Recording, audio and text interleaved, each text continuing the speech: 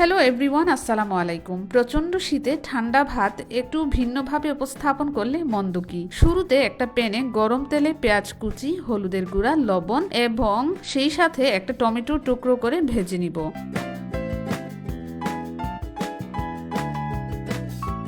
পুরো মিশ্রণটা ভাজা হয়ে গেলে দুইটা ডিম দিয়ে দিব এবং চুলা মিডিয়াম আঁচে রেখে ভালোভাবে নেড়েচেড়ে ভেজে নিব।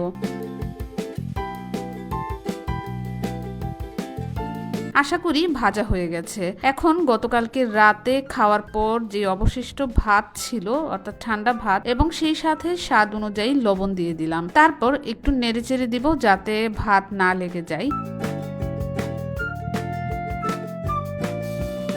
ভাত মোটামুটি ভাজার পর কাঁচামরিচ দিয়ে দিলাম। আসলে এই রেসিপির অন্যতম উপাদান হচ্ছে কাঁচামরিচ আর ধনিয়া পাতা। কাঁচামরিচ একটু বেশি দেওয়ার চেষ্টা করবেন, কারণ কাঁচামরিচের ফ্লেভারটা কিন্তু সত্যি অসাধারণ লাগে। আমরা সবসময় আমাদের জমির চাল খাওয়ার চেষ্টা করি, তো এইবারের চালটা একটু মোটা হয়ে গেছে, যার দরুন ভাতগুলো দেখতে অনেকটা মোটা মোটা। যাই হোক, এইসব ইগনোর করবেন। সবশেষে একদম ফ্রেশ ধনিয়া পাতা কুচি ভালোভাবে মিশিয়ে নিলাম।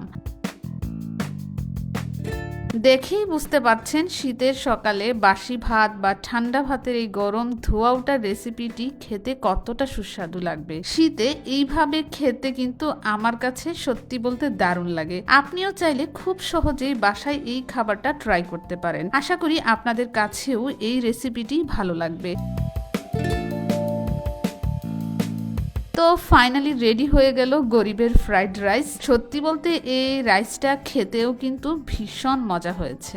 ভিডিওর একদম শেষ পর্যায়ে চলে এসেছি। আল্লাহ হাফেজ।